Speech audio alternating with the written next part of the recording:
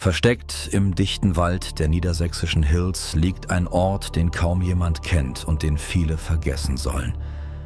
Zwischen Bäumen und verfallenen Fundamenten stoßen wir auf die Überreste eines geheimen Rüstungsprojekts aus den letzten Kriegsjahren. Als die Alliierten nach dem D-Day die unterirdischen Waffenfabriken in Frankreich eroberten, verlegte das NS-Regime die Produktion zurück ins Reich, ins Verborgene. Im Rahmen des Projekts Stein errichtete man hier eine oberirdische Waldfabrik, getarnt im Gelände, versorgt durch ein nahes Gefangenenlager, das Lenner-Lager. Geplant war die Fertigung des Focke-Wulf TA 152, eines Hochleistungsjägers, schnell, durchschlagskräftig und vergleichsweise einfach zu bauen. Tief unter dem Wald entstanden zusätzlich die Hechtanlagen, in denen unter strengster Geheimhaltung unter anderem Bauteile für die V1 gefertigt wurden. Was bleibt von diesem Rüstungskomplex? Gesprengte Sockel, Leitungsschächte, verborgene Zufahrten und ein Gefühl von etwas, das hier nie hätte sein dürfen. Wir suchen die Spuren und erzählen dir die Geschichte dieses stillen Ortes, bevor er endgültig verschwindet.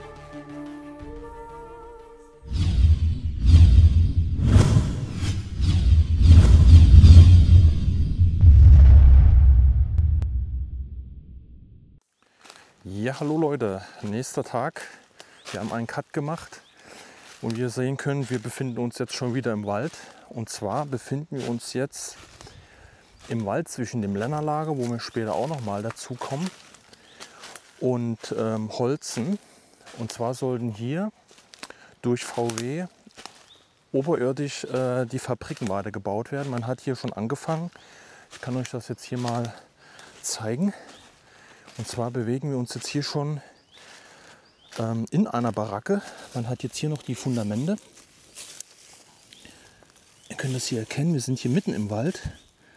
Und wir hätten die so jetzt auch gar nicht entdecken können, wenn wir das wieder auf unserer Karte nicht lokalisiert hätten. Also ich gucke noch mal eben, damit ich euch das hier mal zeige.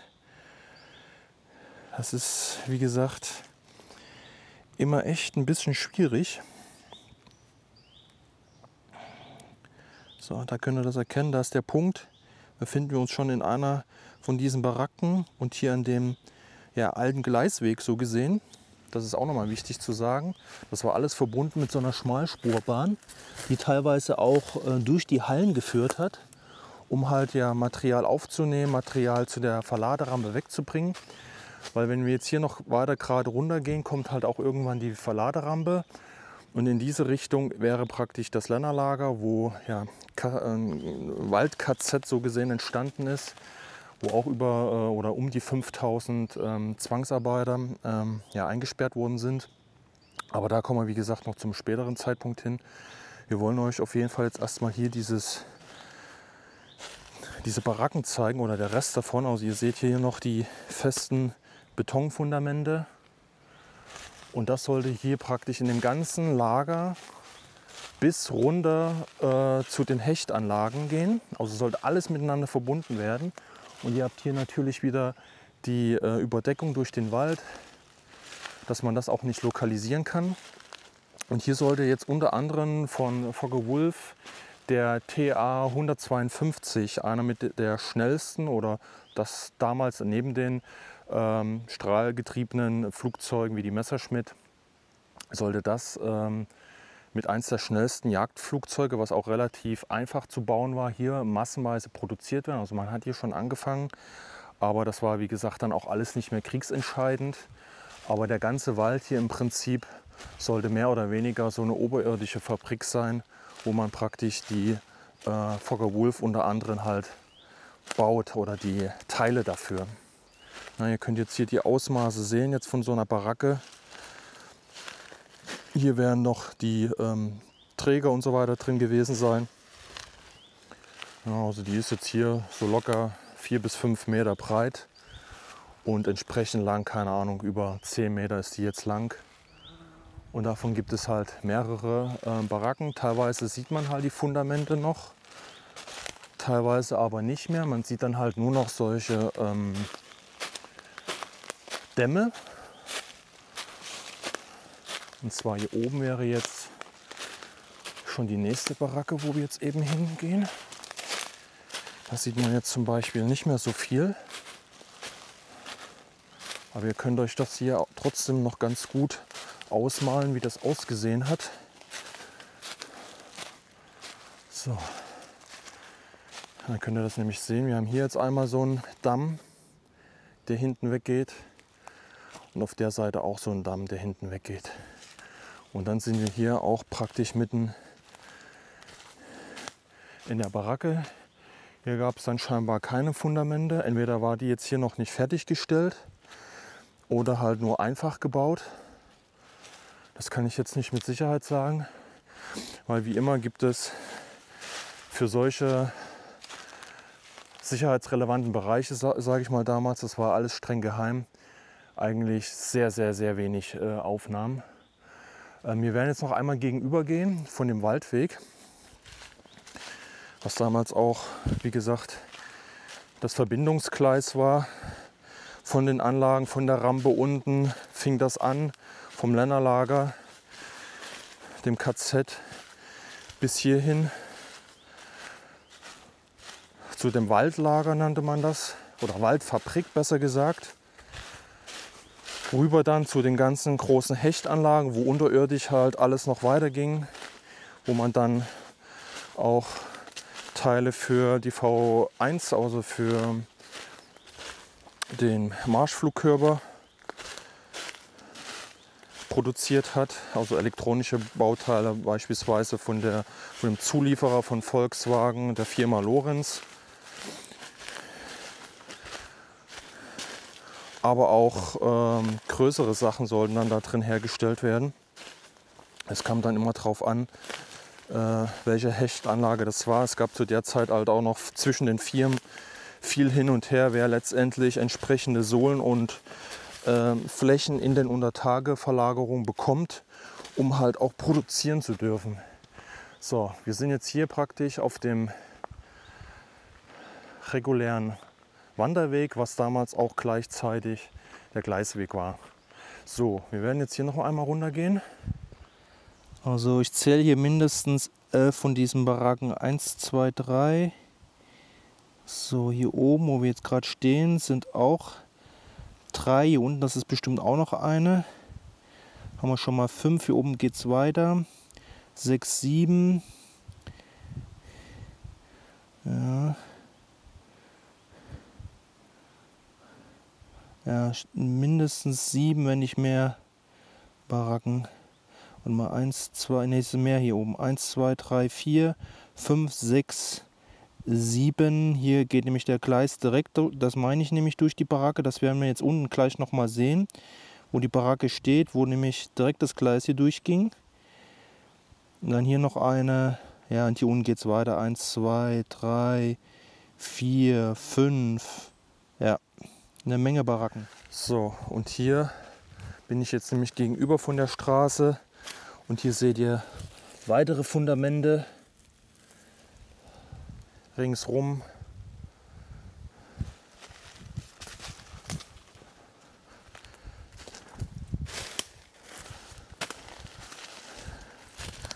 Aber wie gesagt, das ist halt nur noch der Rest davon. Hier Steine.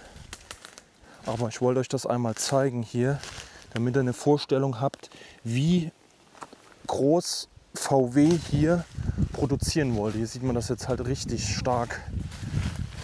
Und von der Seite nehme ich einmal. Da, schaut euch das mal an. Zack, zack, zack, mitten im Wald hier geht das hier durch. Das waren die Produktionsflächen oberirdisch, die man von VW hat bauen lassen, um jetzt zum Beispiel hier den TA 152 zu produzieren.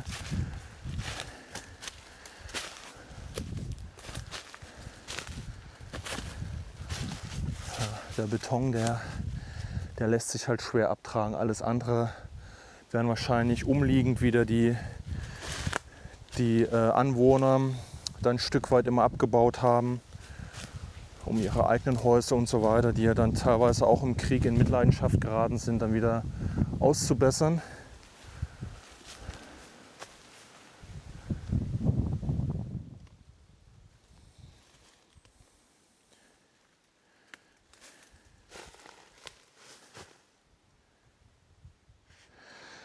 Ja, hier sind wir jetzt auch wieder an 2 von diesen, oder wir bewegen uns jetzt auf 4 Baracken zu, und hier könnt ihr auch immer erkennen, diese Haufen, wo Bruchsteine so übereinander liegen. Das ist natürlich auch nicht natürlich, sondern das ist hiermit für die Baracken halt gewesen, beziehungsweise für das Fabrikgelände, kann man ja einfach so sagen. Es war ja, wie gesagt, eine Waldfabrik, aber ganz rudimentäre Hallen und so weiter, dass man einfach nur produzieren konnte. Und hier sieht man das schon wieder. Hier ist so ein Kanal ringsrum. Also das ist jetzt wieder eine weitere Halle. Hier ist ein Kanal und alles ringsrum ist schon weg. Aber man erkennt halt noch die Umrisse von dem Gelände hier. So dass das Wasser an den Seiten auch abläuft. Ja, das ist wieder eine weitere Halle. Muss ich mal immer ein bisschen auf meine Map gucken, weil ohne dem, bin ich ganz ehrlich, das würdest du gar nicht finden. Also parallel dazu, jetzt hier oben, ist noch eine weitere gewesen. Aber das ist echt ein ganz gutes Werkzeug, weil sonst würdet ihr irgendwie in den Wald reinlaufen und vielleicht auf gut Glück mal was finden. Und keiner kann sich jetzt im Prinzip vorstellen, dass das hier ein riesen Rüstungsgebiet einfach war. Die Hills und alles, was hier in der Umgebung ist, das hier in ganz, ganz großem Stil für die Rüstung produziert werden sollte. Und alleine die Anfänge und das, was jetzt noch da ist schon immens. Ja, man erkennt es wieder. Wenn man jetzt hier durchguckt, ihr könnt die Schneise hier erkennen. Zack, auch wieder eine riesige Halle. So, und überall sind dann halt diese großen Steine mit drin gewesen, um das Fundament wahrscheinlich ein bisschen zu begradigen und alles. Auch den Beton, den man da gesehen hat, da ist ja auch, das sind so große Gesteinsbrocken auch drin, also auch minderwertige Qualität einfach. Ne? Nicht wie man den Beton heutzutage auch gewohnt ist. Oder von Kampfbunkern oder ähnliches, da ist ja auch deutlich hochwertiger. Ja, ist schon krass zu sehen. Ja, die ersten menschlichen Hinterlassenschaften, eine ganz, ganz merkwürdige Flasche. Guck mal, das ist keine Bierflasche oder sowas. Hier kommt ein Stopfen drauf. Könnte für die Chemie irgendwas gewesen sein oder ein Arzneimittel. Hier oben vielleicht nur ein Stopfen rein. Hier unten sieht man auch nichts. Da steht K, H und eine 8. Also das ist auf jeden Fall alter Müll. So, ich habe jetzt mal Melanie eben kurz die Karte gegeben. Ich weiß nur, wo ich ungefähr hin muss und wollte mich jetzt mal testen, ob ich das jetzt so im Gelände erkenne ohne diese Karte.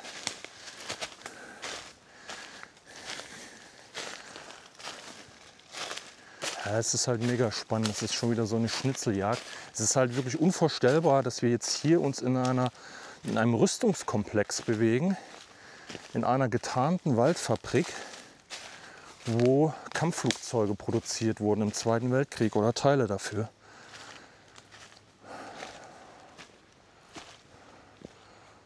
Das ist aber wirklich schwierig. Also ich würde sagen, hier unten kommt, glaube ich, was. Und hier oben irgendwie. Kann es sein, dass es hier schon beginnt? Ja? Okay, Leute, hier ist praktisch eine weitere Fabrik gestanden hier drin. Zack, bis da hinten hin. Es wird immer schwieriger, das jetzt zu lokalisieren, aber man sieht immer noch, dass es hier eine Vertiefung ist, dass man hier eine Erhöhung hat und hier drin wird die Fabrik gelegen haben. Und die andere ist da unten wahrscheinlich, ne? Die andere ist hier unten, sagt Melanie. Also es ist praktisch so gut wie nicht mehr zu erkennen. Aber dadurch, dass in dem Wald sonst halt nichts ist, also keine natürlichen Vertiefungen durch kleinere Gesteinszüge, was man ja manchmal auch so hat.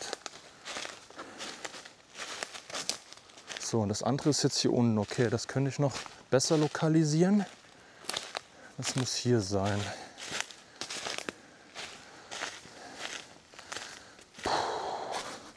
Das ist Wahnsinn, ne? Aber wir haben, wie gesagt, schon mal eine kleine Flasche gefunden. Ja, das ist hier gewesen. Sieht man wieder. Ich stehe jetzt hier erhöht. Na, ihr habt jetzt hier die Linie. Zack. Und hier drin ist jetzt diese kleine Fabrikhalle gewesen wieder. Ich gehe jetzt noch mal einmal nach unten. Hier sind noch viele Wildschweine. Es kann natürlich sein, dass die Wildschweine auch ab und zu mal irgendwelche Relikte noch nach oben bringen. So, jetzt sind wir hier in der Halle. Jetzt bin ich in der Halle, ne? Ja, Melanie bestätigt das. Seht ihr auch noch mal, Melanie ist deutlich höher. Ja, aber das ist jetzt hier von übergeblieben. Wir können jetzt gucken, ob wir noch irgendwo so kleine Relikte auf dem Boden mal sehen, wie die Flasche. Die war definitiv jetzt aus der Zeit. Aber mehr werden wir hier nicht sehen. Vielleicht noch ein bisschen Beton. Hier haben wir auch was gefunden, auch wenn es nur relativ unscheinbar ist. Es ist ein Stück Holz, was bearbeitet ist. Ne, es ist hier schwarz. Das kann alles Mögliche sein. Man sieht es hier unten. Hier, guck mal, hier ist der nächste Balken. Das kann sein, dass hier ein Holzboden ist. Dass hier ein Holzboden ist, tatsächlich. Guck mal hier. Ich glaube, wir haben hier einen Teil sogar noch von dem Holzboden. Hier ist der nächste Balken drin. Siehst du, seht ihr, Leute, das sind jetzt so die Einzelheiten. Das ist ein Stück von diesen Holzbohlen, die hier unten in der Fabrik gewesen sind. Das ist praktisch nur Holz gewesen.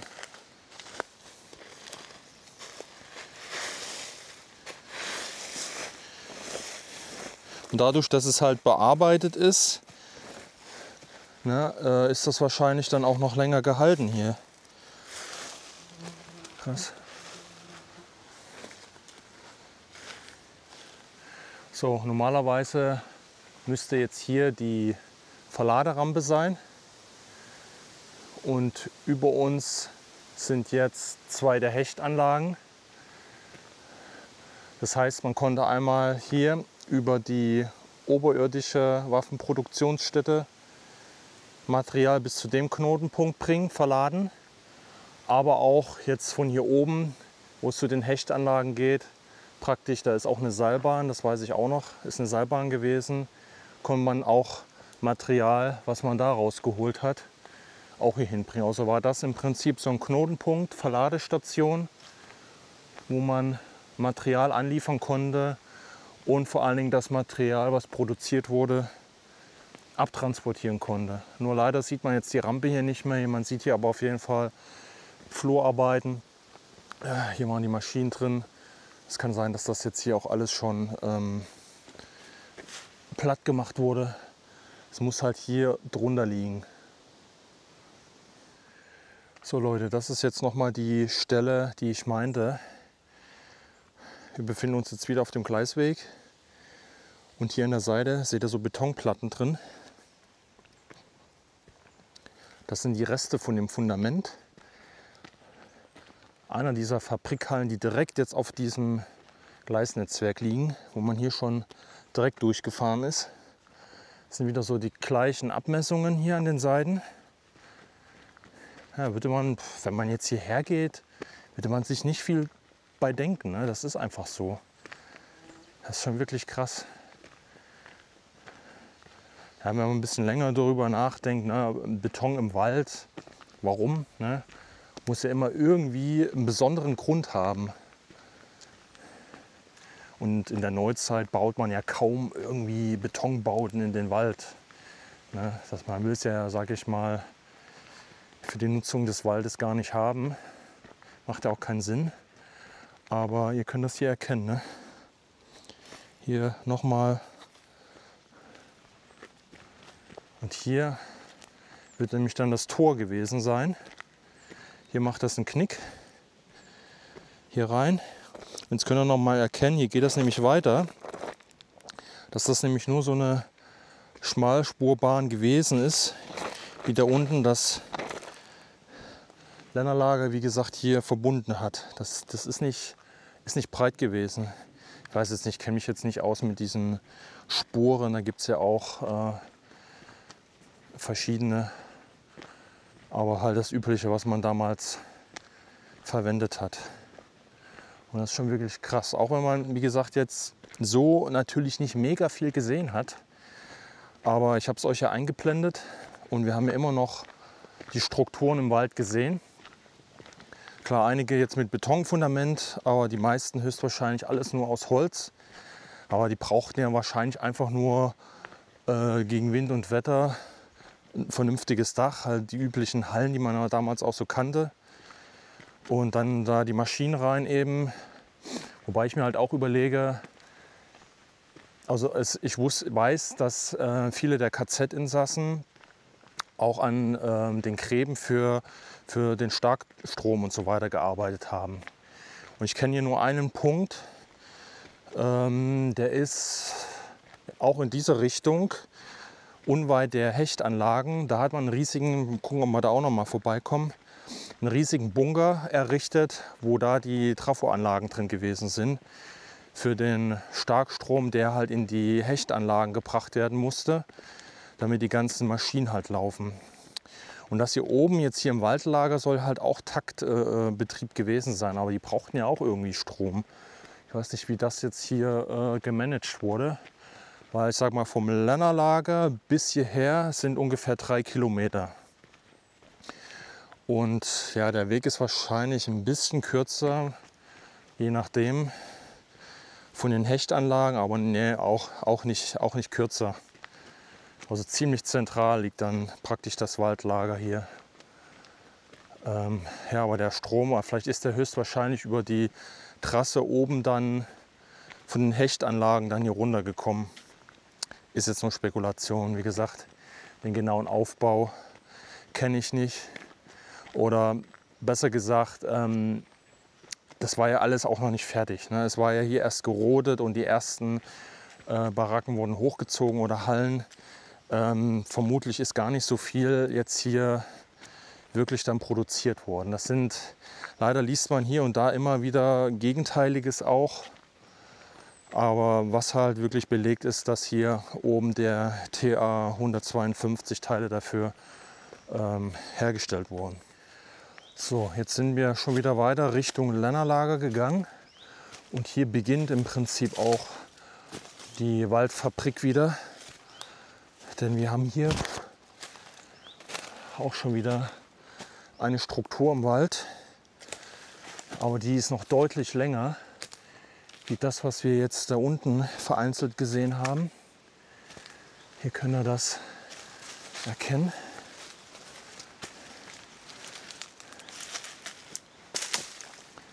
Hier sind die ganzen Betonelemente. Das zieht sich jetzt hier durch. Hier geht es weiter. Also ihr könnt sehen, es ist kein Witz. Hier ist eine richtige Fabrik drin gewesen. Das ist wirklich unglaublich. Ich gehe mal hier hoch. Mal einen dicken Rucksack.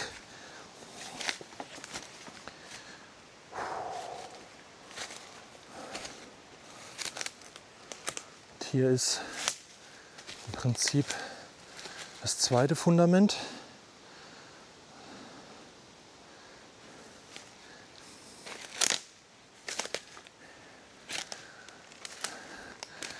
versuche euch das jetzt noch mal eben auf der Karte zu zeigen.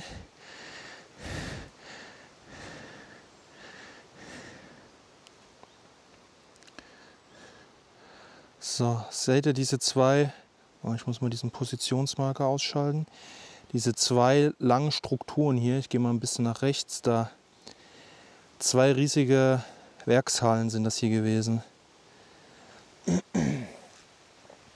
Das ist eine davon. Und die andere muss jetzt, das muss ich selbst noch mal kurz gucken.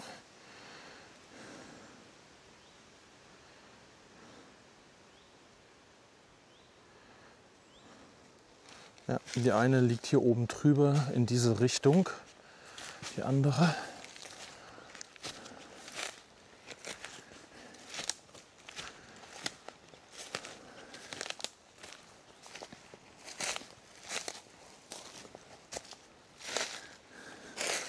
So, und das bedeutet, die KZ-Häftlinge aus dem Länderlager, was hier unten ist, die haben natürlich jetzt hier einen kurzen Weg, um hier in das Lager zu kommen. Die mussten natürlich zuallererst hier Bäume fällen, Rodungsarbeiten durchführen.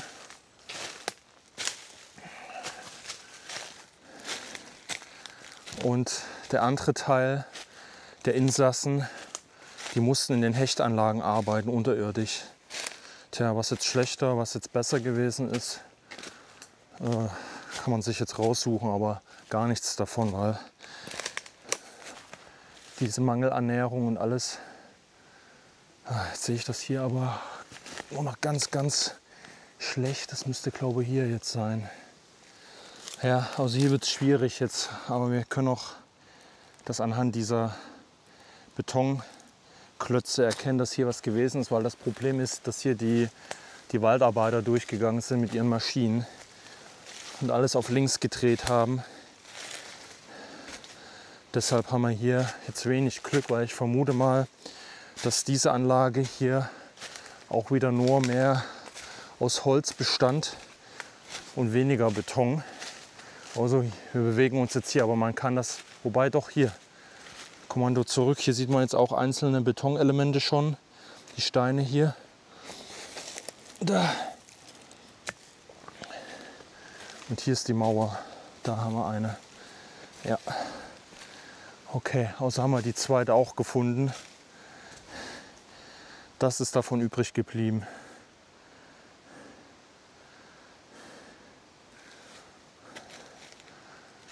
Die geheime Waldfabrik in den Hills.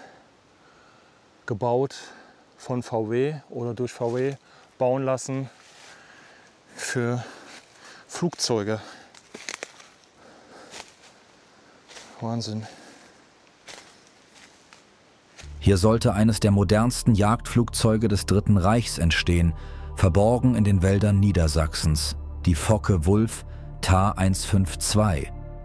Entwickelt als Höhenjäger der nächsten Generation, war sie eine Weiterentwicklung der FW 190D. Mit bis zu 750 Kilometern pro Stunde in über 10.000 Metern Höhe gehörte sie zu den schnellsten Propellermaschinen des Zweiten Weltkriegs. Konstruiert unter der Leitung von Kurt Tank, daher das Kürzel TA, wurde sie speziell für den Einsatz in großen Höhen optimiert. Mit gestreckten Tragflächen, Wassermethanol und Lachgaseinspritzung für kurzfristige Leistungssteigerung. Doch diese technische Meisterleistung kam zu spät. Zwischen Dezember 1944 und Kriegsende wurden nur rund 150 Stück gebaut. Viele davon blieben Versuchsträger oder fielen technischen Problemen zum Opfer. Die Produktion sollte dezentralisiert und möglichst bombensicher erfolgen. Genau deshalb entstand hier, mitten im Wald, die sogenannte Waldfabrik. Teil des geheimen Projekts Stein, bei dem die Fertigung aus Frankreich nach Niedersachsen verlagert wurde, nachdem die Alliierten dort immer mehr Produktionsanlagen zerstörten. In Kombination mit dem benachbarten Lännerlager und den unterirdischen Hechtanlagen sollte hier eine neue, versteckte Rüstungsdrehscheibe entstehen, speziell für den Bau der TA 152. Doch wie so viele Pläne der späten Kriegsphase blieb auch dieses Projekt Stückwerk. Zu wenig Material, zu viele Probleme, zu spät. Heute erinnern nur noch die überwucherten Relikte an den gescheiterten Versuch, hier ein Hochleistungsflugzeug unter strengster Geheimhaltung in Serie zu bauen. Ja, an dieser Stelle hier wollten wir euch auch noch mal was Besonderes zeigen. Und zwar diesen massiven Brecher hier, diesen massiven Betonklotz, der auch gesprengt wurde.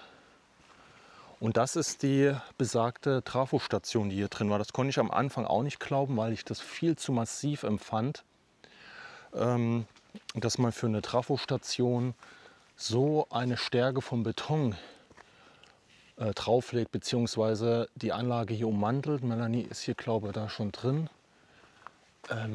Das ist wirklich Wahnsinn. Ja, also wir sind jetzt hier praktisch an dem Waldweg und hier hinten geht es praktisch Richtung dieser Hechtanlagen.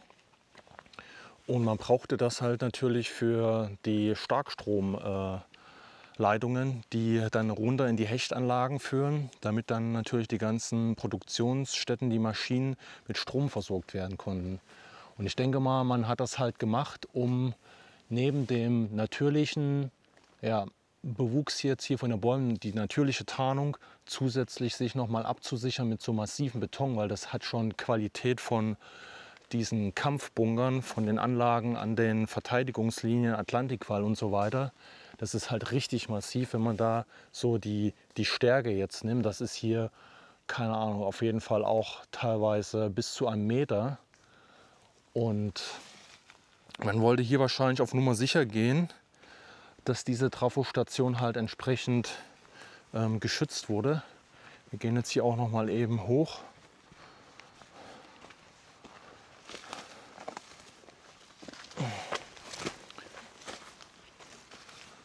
Heute müssen wir auch ganz schön kämpfen hier mit Bremsen und Mücken, aber vornehmlich eher Bremsen. So, und jetzt seht ihr hier noch mal die Überdeckung. Das ist jetzt im Prinzip schon zusammengefallen. Das wird jetzt hier das Dach gewesen sein. Das ist hier kollabiert.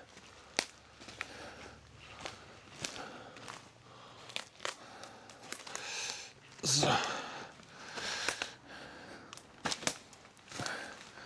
Da geht es auch noch irgendwie rein. Aber jetzt seht ihr jetzt noch mal hier die Stärke jetzt hier. Also hier ein ganzer Arm Überdeckung. So. Und hier hat man auch den Berg da oben entsprechend abgesichert. Da sind überall solche Pinne drin. Hier hat man wahrscheinlich dann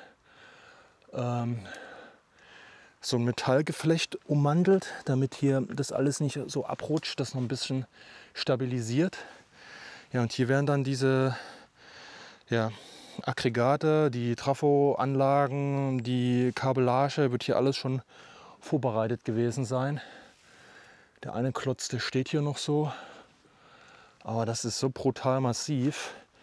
Wo ich das erste Mal das gesehen hatte, konnte ich mir das ehrlich gesagt nicht vorstellen, dass das dafür gemacht wurde, aber es ist wirklich so. Ich habe es jetzt nochmal nachgelesen in der Literatur. Ist tatsächlich so.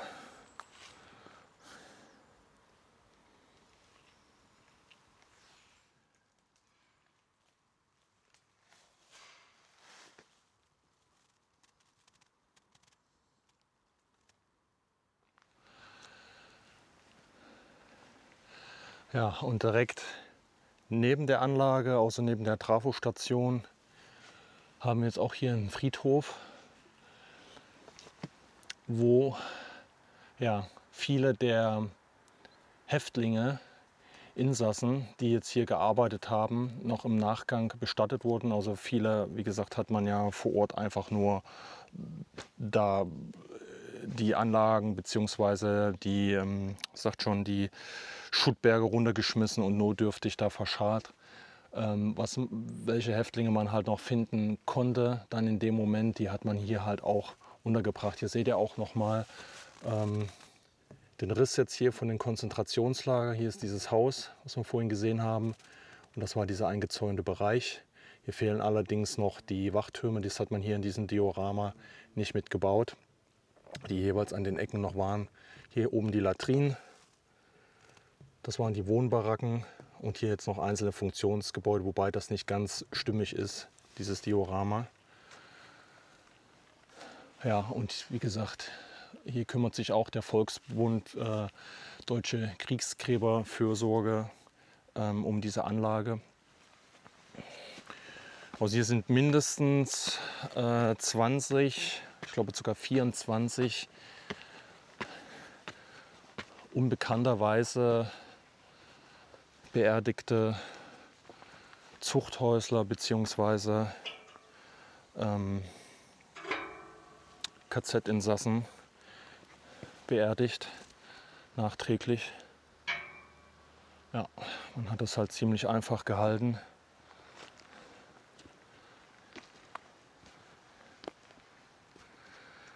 Hier ist auch noch mal ein Gedenkstein der hilfsbereiten Försterfamilie Kiel, gewidmet von ehemaligen KZ-Häftling Holzen.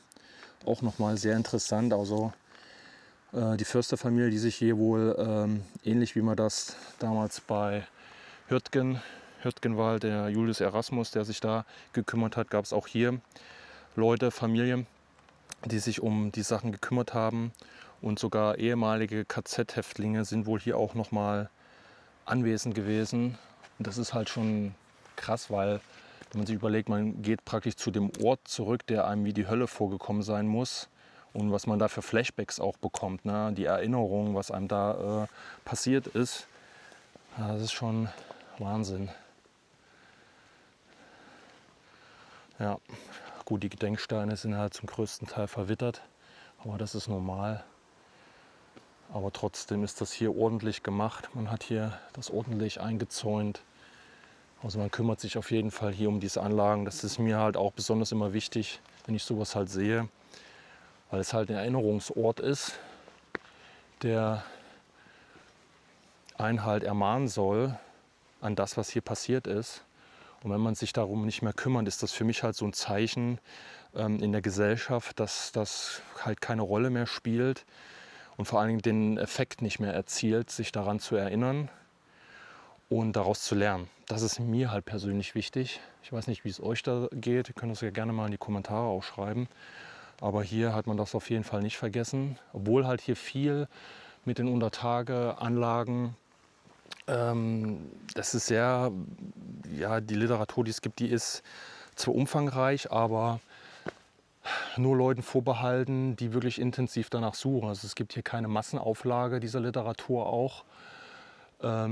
Ich musste sehr viel schauen und immer wieder gucken, ob es diese Bücher halt noch gibt. Da kostet teilweise ein Buch zwischen 70 und 100 Euro, die sich damit befassen. Das wird auch kaum einer ausgeben für ein Buch. Und das ist halt schade, weil es halt keine Mainstream-Literatur halt ist. Ne? Und deshalb haben die Leute dann auch schwer, sich ja, Informationen diesbezüglich halt anzueignen. Das Vage, was man halt im Internet findet, ist halt zum Teil auch verwässert. Da stimmen viele Sachen halt auch nicht. Und ist halt schwierig. Ja? Und gerade sowas vor Ort, wenn man jetzt hier einfach herspazieren geht und gar nichts darüber weiß, finde ich das auch wichtig, dass es hier Gedenktafeln gibt, die auch nochmal darauf hinweisen, hallo Leute, hier ist das und das passiert, dass man in Gedanken kommt, wie kann es sein und vielleicht dann mal das Interesse entwickelt, noch mal mehr nachzuforschen und dann die ganze brutale Geschichte hinter diesem Rüstungskomplex, der sich ja hier in einem Wald und unter Tage verbirgt, das zu verstehen, das zu begreifen. Das ist halt schwierig, wirklich schwierig.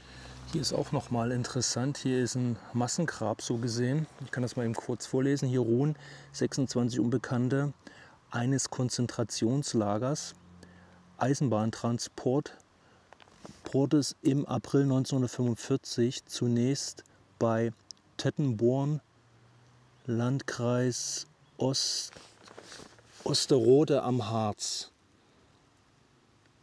bestattet. Genau. Das hat man erst in den 1960er Jahren wiederentdeckt. Und zwar sind das Häftlinge gewesen aus dem Konzentrationslager Nordhausen, da wo auch die V2-Rakete und so weiter produziert wurde. Und diese Zwangsarbeiter, die wurden halt an diesem besagten Bahnhof einfach erschossen. Und deshalb sind die hier, die hat man wie gesagt erst in den 1960er Jahren wiederentdeckt. und hier dann auf diesem Friedhof ja, beigesetzt. Aber das ist auch ganz interessant, wenn man dann immer so sieht, wie nach wie vielen Jahrzehnten dann auch irgendwo auf einmal Zwangsarbeiter wiederentdeckt wurden. Das ist auch schon irgendwie grausam. Und einen ähnlichen Fall hat man auch hier, ist auch nämlich nochmal, ich glaube von dem Lager Brunshausen ist das hier gewesen. Hier ruhen 5 Unbekannte eines Konzentrationslagers. Transportes im Frühjahr 1945 zunächst im Kreis Zellerfeld-Harz bestattet. Auch hier gab es eine Erschießung, und zwar wurden die hier auf diese Märsche geschickt. Und während dieses Marsches, das hat man ja schon sehr oft gehört, wurden dann einfach Menschen, die dem Ganzen nicht nachkommen, entkräftet waren, die Pausen brauchten, die wurden dann auch einfach erschossen. Und da waren auch hier wieder 5 Menschen, die man im Nachgang auch auf diesem Friedhof bestattet hat. So Leute, das war es jetzt mit dem Video. Also es war sehr, sehr umfangreich. Ja, es ist eigentlich immer noch zu wenig, sage ich jetzt mal, von dem, was hier passiert ist, was man hier noch sehen kann. Teilweise auch kleine Relikte, größere Sachen. Das ist wirklich Wahnsinn und zeigt halt, wie gigantisch dieser Rüstungskomplex hier in den Hills gewesen ist. Wie gesagt, das ist jetzt ein Teil, den wir jetzt für euch abgehandelt haben, wo wir alle Spuren jetzt mal zusammengetragen haben. Wir waren hier schon sehr oft unterwegs, haben es aber nie so wirklich zusammenfassend begriffen, weil da reicht es nicht einmal hinzufahren oder sich 2 Seiten im Buch durchzulesen, sondern man muss sich wirklich umfangreich damit auseinandersetzen, um das, was man hier noch findet, puzzleteilmäßig zusammenzusetzen. Und ja, von den ganzen Untertageanlagen, die wir angesprochen haben, Projekt Hecht, von VW initiiert, die einzelnen Hechtanlagen, die halt dazugehören, bis zu den verschiedensten Lagern, wo wir euch heute einen Teil davon gezeigt haben. Die Lager halt im Wald, die Produktionslager, also praktisch die versteckte Waldfabrik von VW, wo der TA 152 gebaut werden sollte oder zum Teil halt schon damit begonnen wurde. Ja, die verschiedensten Lager, wobei wir euch ein großes jetzt schon mal hier gezeigt haben. Also das, was man jetzt davon halt noch sieht, das KZ Holzen mit den 1000 bis 2000 Häftlingen, die da halt in dem Lager gewesen sind. Und ja, diese ganze ja, Entmenschlichung, die hier passiert ist durch die SS-Wachen. Das Ganze wurde ja natürlich unter dem Organisation TOD initiiert, die ja praktisch hier die Oberhoheit hatte, und die SS ist praktisch mit dem Kammler an der Spitze hier dazugekommen und sollten das Projekt dann später weiter übernehmen, beziehungsweise die Wachtmannschaften halt stellen. Und das sollte halt noch viel, viel größer werden, das Ganze. Aber Gott sei Dank war der Krieg dann schon in den Endzügen, so dass, sage ich mal, es vielen Menschen dann doch gelungen ist, unter diesen extremen Bedingungen hier zu überleben. Sonst hätten wir halt viele Zeitzeugnisse auch einfach nicht. Ja, wenn ihr schon mal hier gewesen seid oder es vorhabt, hier mal hinzufahren, dann schreibt das gerne in die Kommentare. Wenn wir irgendwo Informationen ausgelassen haben oder ihr Ergänzungen habt, dann schreibt es auch gerne rein. Wie gesagt, das ist sehr, sehr umfangreich. Und wir versuchen halt auch immer so ja, neutral an die Sache halt ranzugehen. Und ja, dann schaltet auf jeden Fall das nächste Video ein, was hier auf unserem Kanal gezeigt wird. Wir würden uns gerne auch über ein Abo freuen und ein Like. Das ist halt absolut kostenlos und würde uns ein bisschen unterstützen hier auf dem Kanal. Und dann würde ich sagen, wir sehen uns im nächsten Video. Macht's gut!